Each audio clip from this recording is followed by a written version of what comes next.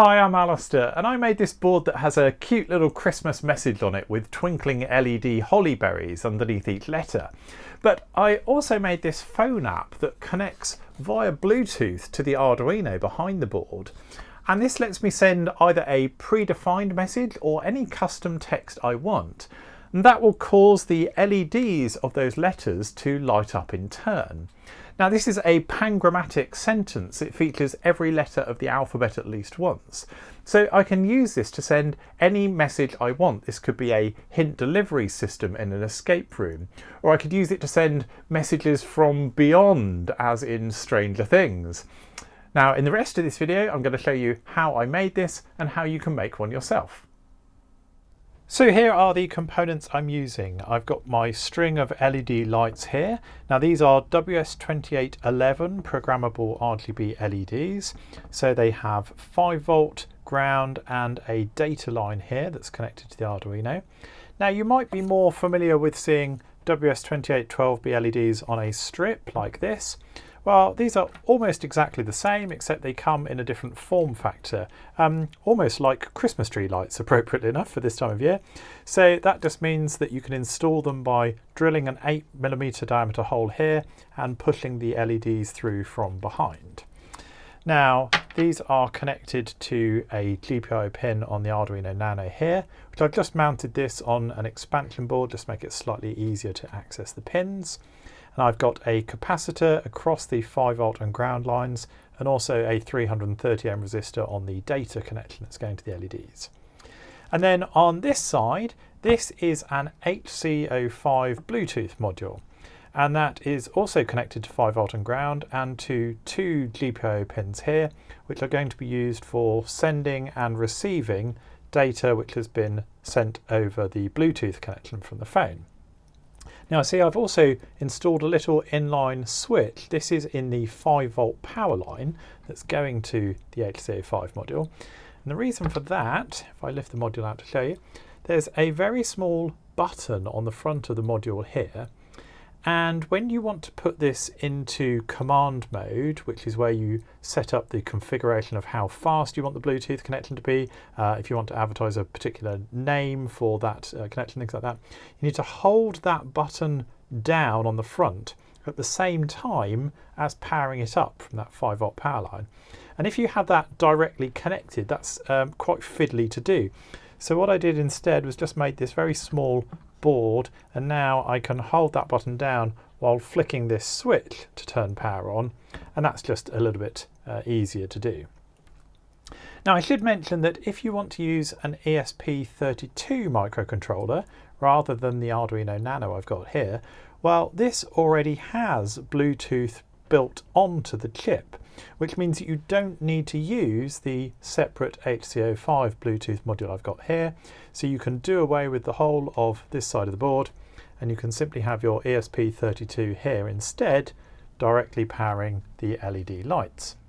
And just for clarity, here is a fritzing illustration of that same wiring. So I have 26 LEDs in a string. Those are going to correspond to our letters of the alphabet in the message, and those are connected to 5 volt to ground, and I'm using a data line connected to pin A0 via a 330 ohm resistor, but you can really use any available GPIO pin to send that data signal. And I've got a capacitor between the 5 volt and ground lines just to smooth the power supply out between the LEDs as well, just to prevent them suddenly drawing more current than the Arduino can supply. And then I've got my HC05 Bluetooth module up here. This is a switch I mentioned in line in the 5 volt line. We've got ground, and then we've got transmit and receive lines. Now the HC05 runs at 3.3 volt logic. You connect 5 volt power to the VCC line, but the transmit and the receive of data, these happen at 3.3 volts. Now, when the module transmits to the Arduino at 3.3 volts, that's fine, because even though the Arduino is running at 5 volts, it will still interpret a 3.3 volt signal here as a high signal. So data that is going in this direction from the Bluetooth module to the Arduino is fine. But when the Arduino needs to send commands to the HC05, it writes a 5 volt signal at the pin here. And if we were to connect that directly to the corresponding pin on the HC05, that would exceed the 3.3 volt limit and would damage the module. So what we've done is we've created a simple resistor divider circuit instead. So voltage in a series circuit drops according to the resistance. We've got a total of 3 kilo ohms of resistance between pin D9 here and ground. So if we take the signal to the RX pin here at this point, we have currently already passed 1 kilo ohm out of a total of 3 kilo ohms. So basically we've dropped a third of the voltage, and that's where we connect the pin here. And 1/3 off of 5 volts, well, that's going to give us 3.33 volts remaining. So this circuit here, we're basically saying take a third of the voltage off whatever the high level that we're setting here. That is the voltage that the RXD pin here is going to see, and that's 3.3 volts, which is fine. So this is a very common, kind of very cheap and simple way of dropping voltage down. Now, the HCFR itself is actually a 6-pin module, but these outer pins, state and key, you don't need to connect them or worry about them for this project. We're just going to use transmit and receive. And as I mentioned, if you'd prefer to use an ESP32 instead, you can forget about this top half of the circuit completely and just connect the bottom half. So now let me show you the code that's running on the Arduino, and there's basically 2 functions to this code. The first is to read data from the Bluetooth connection, and the second is to light up the corresponding LEDs in turn. So I just focus on those 2 functions really. So at the start of the code, I'm defining a couple of configuration values for the fast LED library. Now, I've used the fast LED library in a lot of my projects. It's a great library for controlling all sorts of programmable LEDs. And the way it works is that the WS2812 or the WS2811 LEDs have a data signal that operates at an 800 kilohertz data rate, and it's pretty specific about how that timing of the data has to be sent and received. So the way that the fast LED library does that is by using very specific hardware timers and interrupts on the Arduino or on the ESP chip that you're running it on. And those have to be executed with a very specific timing pattern. Now the problem is that in this project we're also using a serial interface to receive data from the HC05 Bluetooth connection, and that also has a very specific timing and interrupt pattern to make sure that the data is received over that connection at the appropriate rate without it being dropped or mangled in some way. So we've got 2 competing libraries that are both trying to prioritize very specific timing requirements on the hardware, and to make them coexist together we have to specify a couple of very specific processor directives to the fast LED library. So that's what these 3 instructions at the top are. Then we just say how long we want our maximum buffer size to be. This is going to be the maximum number of bytes of information we can hold on to received over the Bluetooth connection. I mean, 127 is a lot of characters. I don't think any player is going to sit there and read a message that's more than 127 characters anyway, so that should be plenty. We then include the 2 libraries, so the fast LED library, and also I'm using the AltSoft serial library. You can use the software serial library instead. The reason I'm using AltSoft serial is it tends to be a little bit more reliable. The only disadvantage is that it is fixed to which pins it can use. It must use receive on pin 8 and transmit on pin 9 on an Arduino. Again, if you're using an ESP, you don't need to use the AltSoft serial connection or any software serial connection because it's all built in anyway. Now you may have noticed in the wiring I didn't have the first LED lined up with the letter A and the second LED going to B and C. I kind of popped them in a somewhat arbitrary order just on their position in the text. So this array here, letter to LED, this is like a translation table that lets me know what letter in the message is lined up to which index position of LED in the string. So in this example here, for example, if we look at the letter V, that's 0. So that's the letter V in the message is actually lined up with the first LED on my strip. Then it goes to L, that's got number 1 here, and then we go to number 2, which is G. Obviously, if you write a different message or if you wire your LEDs in a different order than I have here, you'll need to update this table just so you've got that way of mapping from this position along the LED string that lines up with this letter. Okay. I've got a couple of different configurations here. This just relates to how quickly each letter is going to flash for before moving on to the next, and also a small gap before moving on to the next letter. I didn't have this in originally, I just lit the letters in turn one after another, but then I realised it was very difficult to identify when you had a repeated letter. It would just stay on for twice as long, but it's much easier if it flashes, goes off for a bit, and then the same letter flashes again.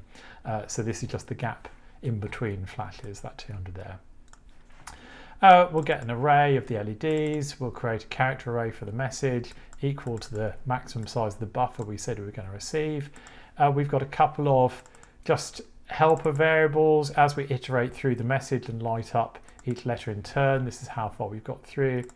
The timing, so that we know whether a certain amount of time, whether it's time to flash the next letter on or not. And then I also initialize an offset that's got 26 values, 1 for each LED. That's just so that we get that sort of twinkling animation when the LEDs are not displaying a message. You could just have them off if you wanted to. I thought it was a bit more interesting to have them kind of glowing softly red, and I apply a random offset to each one to make that happen.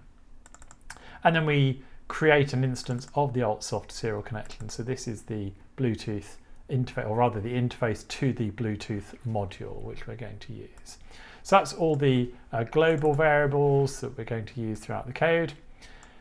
In the setup function here, I just initialize the serial interface. This is not actually the serial interface that's used to connect to the Bluetooth module. This is the serial interface you can use to display messages on the serial monitor at the bottom of the screen. I generally create that whether I need it or not in a project. It's just a really useful way of debugging if anything goes wrong. We begin a connection at 9600 baud rate to the HC05 module. I mentioned in the hardware that there's a button on the front that you can hold down as you turn it on, and that puts it into AT command mode that allows you to change various settings, and one of those settings is the baud rate at which the HC05 module operates. 9600 I'm fairly sure is the default that most of these modules seem to come pre-set up, so you probably don't need to change anything, but if for whatever reason you want to change the baud rate, that's how you do it on the HC05 module, and then you obviously need to set the matching speed here so that they can relate to each other. We initialize our LED light string. Like I say, I'm using WS2811. You might be using WS2812, one of the other standards instead. They're all very similar. That's the data pin I've got it connected to. There are 26 LEDs in my strip, and this is the array of RGB values which I'm going to use. And I'll just populate that initial offset with a random value just so that they all sort of twinkle out of sync with each other. And we'll just empty the message array, so we'll put 0 values in that. So that's it for the setup. We can get onto the main functionality of the code, and the first function we're going to look at is get input. Now this is called whenever some incoming serial data is available. So this means that the phone has sent a message, it's been received by the HC05 module over Bluetooth, and now that module has sent the data over the serial interface to the Arduino, and we're going to process it 1 byte at a time. Now, one of the issues we need to deal with in this code is the fact that we don't know how long that text message that we want to display is going to be. It could be a single letter, it could be a word, or it could be a long phrase. And we don't want to wait indefinitely and kind of hang our code waiting for the next character to be received when there might not be another one there. So what we're going to do is we're going to implement a timeout. We're going to set a variable here called last reception time, and when get input is first called, we'll set that equal to the current timestamp. So millis is the number of milliseconds that have elapsed since the code first started running. And then we'll do a condition check here that makes sure that no more than 1,000 milliseconds, so a second, has elapsed since the last time we received any data. So essentially what this means is that if we are in the middle of reading a stream of characters from our text string, if it ever gets to a point where we've had to wait more than a second since the last character was received, we're going to assume we've reached the end of the message, and we're going to jump to this section at the bottom here. This is just going to put a terminating character on the end of the text string. We'll reset all the variables, and we'll just say that reception timed out and print the message. Otherwise, so long as it's been less than a second, we will carry on processing the next bytes available. And that's just going to make sure that we don't ever end up in a situation where our code is waiting and waiting and never actually gets to the end of the message. Now, in an ideal world, what we're going to do is we're going to read the next character, and what should happen when we get to the end of the message is we'll get either a new line or a carriage return. And I'll show you in a moment in the code which I'm running on the phone that I actually explicitly append that character onto the end of every text string that I send. So assuming that all the data is received correctly, we should know when we get to the end of our message, because this will be the next byte of data that we read. But we just put in a little safety condition just in case for whatever reason the data gets corrupted and we don't receive that character. If it's ever been more than a second, we'll just jump out of this code anyway. That's just to make sure your code doesn't hang waiting for input of data. Now, if we do receive that message terminator character, then we essentially do exactly the same thing as when the message times out. We put a null character on the end of the string just to say this is the end of the message. We'll update all these variables, we'll say message terminator received, and we'll just flush out any remaining bytes that might be available in the incoming serial buffer and discard them. So while there's any more serial data available, we'll just read it but not do anything with it. That just makes sure that the next time we get a message, we're starting from a clean serial buffer. In any other case, so if we've received a character but it's not a carriage return or a new line, well in that case we'll assume it's part of the message. So if it's printable, if it's a letter or a number, let's say, we'll add that onto the next position in the message buffer, and we will increase our index value by 1. All of these index variables I'm using, these are just counters because we're reading 1 byte of data at a time. So we'll just increment that. And then we also need to make sure that we haven't filled our buffer.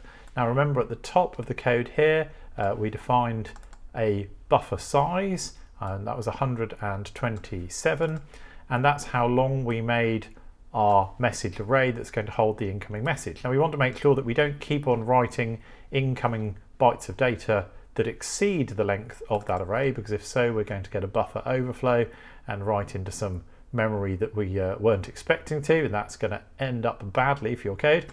So we'll make sure that the index is less than the assigned buffer size.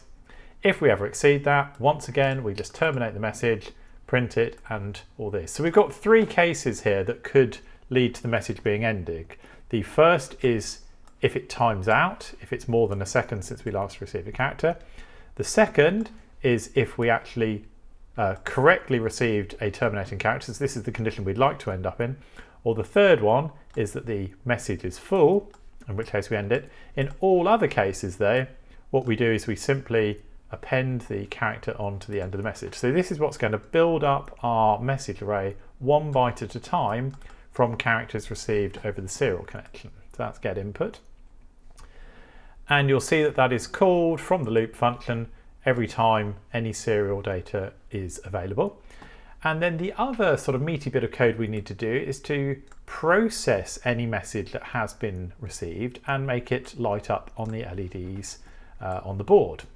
So now let's take a look at that function. So process message will run so long as the value of the message index is greater than or equal to 0. Now message index we assigned right at the top of the code here as -1. -1 means that there is currently not a text message being displayed on the LED lights. when we looked at the get input function just here, so as soon as some data is made available, it's been received from the Bluetooth connection, what we do is we set message index equal to 0. So what this means is that we're ready to process the 0th character, or the first character, because this is a 0th-based index, from the message that's incoming. We're ready to display that on the LEDs. So long as message index is greater than or equal to 0, that means we are some way through displaying the letters of the text message in the message buffer. This bit here, this is the timing implementation to make sure each letter stays displayed for an appropriate amount of time before we move on to the next one. So if the time that has elapsed since the last update is greater than or equal to the duration for which we flash each letter, that means it's time to move on to the next letter. What we'll do is we'll read the next character from the message buffer, and if that is a capital letter, what we need to do is find out the index of the LED in the string that corresponds to that letter. And the way we do that is we subtract the capital value A from the character index. So the way that characters are stored in a character byte in Arduino, and in fact in almost all programming languages, they're sequential. So the ASCII character code for the letter A might be the value 63, for example, but then B will be 64, C will be 65. If you subtract whatever the value of A is from the character you've got, what you're going to end up with is its index position in the alphabet. So if we receive an A, let's say, so we've started a text string that's got an A as the first letter, so apple with a capital A. When we subtract A from the A in apple, we're going to end up with the value 0. We can then go to our letter to LED array at the top here, and we find out the position of the LED in the string that corresponds to the letter A. That's the 11th LED, and that means that we know which LED to light up. If we receive a lowercase letter, well, on my message board I haven't made a distinction between upper and lowercase letters, so we're going to light up exactly the same LED for a lowercase a as we did for an uppercase A. So to do that, we call the toUpper function first, and then we do exactly the same operation. We subtract an A from it. This will give us the index of the LED to light up corresponding to that letter.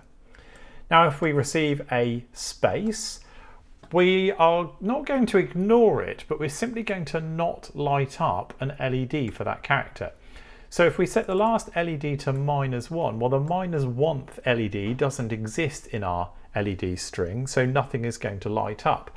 But we still process this character for exactly the same flash duration as we would for any other letter that gets displayed. So rather than ignoring spaces, and you could add possibly other cases into this if statement here as well, perhaps you want to have the same behavior for commas, exclamation marks, question marks, things like that. But rather than just ignoring them and moving on to the next printable character, we do still process them, but we simply don't light up an LED for that character. So that's what we do there. Now, if the character that we read from the text string was a 0, this is the terminating character that you use at the end of a character array in C. So rather like when we were processing the input message, what we were looking for there was a carriage return or a new line, and that let us know when we got to the end of our incoming string received over Bluetooth. In this bit here, we carry on scanning through our character array until we get to the null terminating character. This lets us know that we've got to the end of our character buffer.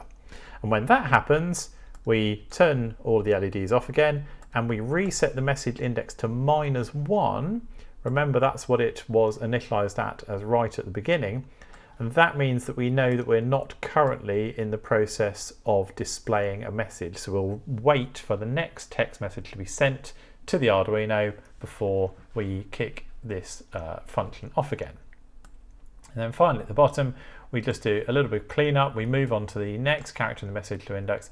We update the time at least we last updated the LEDs so that next time we call it, the flashing here is calculated correctly.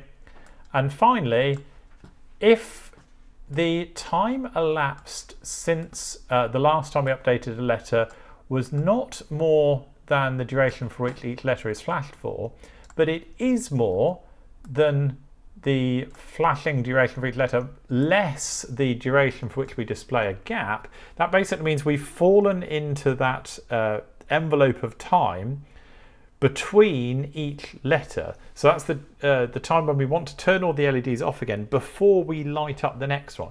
This is what's going to enable us to have that brief pause before a repeated letter, just to make it more apparent that it's the letter being shown twice rather than just being held on for twice as long. So this is the gap of time that is not greater than the duration between letters, but is greater than the duration and the gap. Now, to create the app that's running on my phone that allows me to actually send the message I want to display on the LEDs, I used a website called App Inventor by MIT. Now, I've never used this before, but I've actually been really impressed at how easily I was able to create this application. So you can see there's a graphical user interface here, and you can just drag and drop different elements that you want to have in your application. So if you want to have buttons or checkboxes, you can have free text fields or images and videos, and you can rearrange them, change their colors, how all the graphical interface looks. And then when you want to assign some functionality as to what actually happens when you press those buttons, you switch to this blocks display instead. And if you're familiar at all with Scratch, which is a graphical programming environment also created by MIT, you'll probably notice that this looks really, really familiar. So on my designer view here, I've got a free text field and I've got a send button over here. And then if I just show you the blocks that relate to those here. So when button 1 is clicked, it calls the Bluetooth client and it tells it to send the text that's in text box 1, and then it just puts a carriage return on the end. So this little block here, this provides all the functionality of this custom message field at the top here. When the button 1 is clicked, it sends the contents of this text box and a carriage return over the Bluetooth client. And for my predefined messages at the bottom here, well, these work in almost exactly the same way. So for each one of these buttons here, there is some text which is assigned to the button here. And when the corresponding button is clicked, it calls the Bluetooth client and it tells it to send the contents of the text on the button. And it's got some extra setup code at the top here, which is about how it actually initializes the Bluetooth interface in the first place. But you don't really need to worry about this. This is all kind of boilerplate code. You can make this anything you want. And I was just really impressed by how easy it is. Now, when you finish creating your app and you want to upload it to your phone, well, that's really easy as well. You go to the build button at the top here. You just say you build an Android app. It just takes a little bit of time to compile it, but it's doing this on the MIT server itself. You don't need to install any software on your computer. You just load this page on your web browser and it happens all in the browser.